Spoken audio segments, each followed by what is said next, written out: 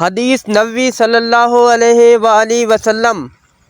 حضرت ابو ہریرہ رضی اللہ تعالی عنہ بیان کرتے ہیں، رسول صلی اللہ علیہ وآلہ وسلم نے فرمایا، اللہ تعالیٰ نے مخلوق کو پیدا فرمایا اور جب وہ اس سے فارغ ہوا تو رحم کھڑا ہو گیا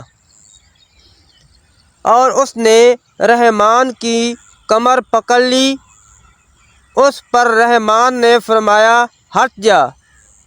اس رحم نے عرض کیا، یہ مقام اس کا ہے جو تیرے ساتھ قطع رحمی سے پناہ طلب کرتا ہے۔ فرمایا، کیا تم اس پر راضی نہیں کہ میں اس سے تعلق قائم رکھوں جو تجھ سے تعلق قائم رکھے، اور جو تجھ سے تعلق توڑ دے میں اس سے تعلق توڑ دوں۔ رحم نے عرض کیا، رب جی کیوں نہیں، میں راضی ہوں۔ فرمایا، یہ میں نے جو کہا ایسے ہی ہوگا، متفق علیہ۔ مشکوٰۃ شریف حدیث نمبر 4919۔ حضرت ابو ہریرہ رضی اللہ تعالی عنہ بیان کرتے ہیں کہ رسول صلی اللہ علیہ وآلہ وسلم نے فرمایا، رحم رحمان سے مشتق ہے۔ اللہ نے فرمایا، جس نے تجھ سے تعلق قائم کیا میں اس سے تعلق قائم کروں گا، اور جس نے تجھ سے تعلق توڑا میں اس سے تعلق توڑ دوں گا۔ رواہ البخاری۔ مشکوٰۃ شریف حدیث نمبر 4920۔ حضرت عائشہ رضی اللہ تعالی عنہا بیان کرتی ہیں، رسول صلی اللہ علیہ وآلہ وسلم نے فرمایا، رحم عرش کے ساتھ معلق ہے۔ وہ عرض کرتا ہے، جس نے مجھے جوڑا اللہ اسے جوڑے، اور جس نے مجھے توڑا اللہ اسے توڑے، متفق علیہ۔ مشکوٰۃ شریف حدیث نمبر 4921۔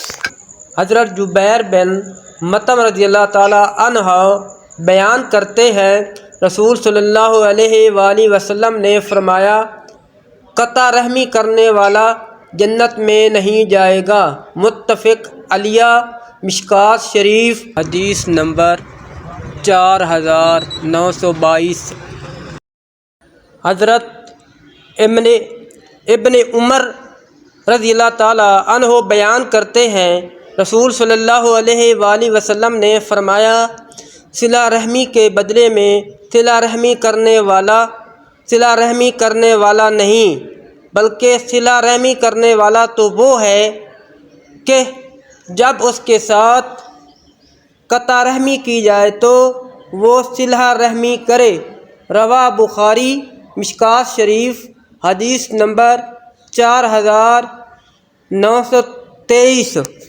حضرت ابو ہریرہ رضی اللہ تعالی عنہ سے روایت ہے کہ ایک آدمی نے عرض کیا، اللہ کے رسول، میرے کچھ رشتہ دار ہیں، میں ان سے صلہ رحمی کرتا ہوں اور وہ مجھ سے قطع رحمی کرتے ہیں۔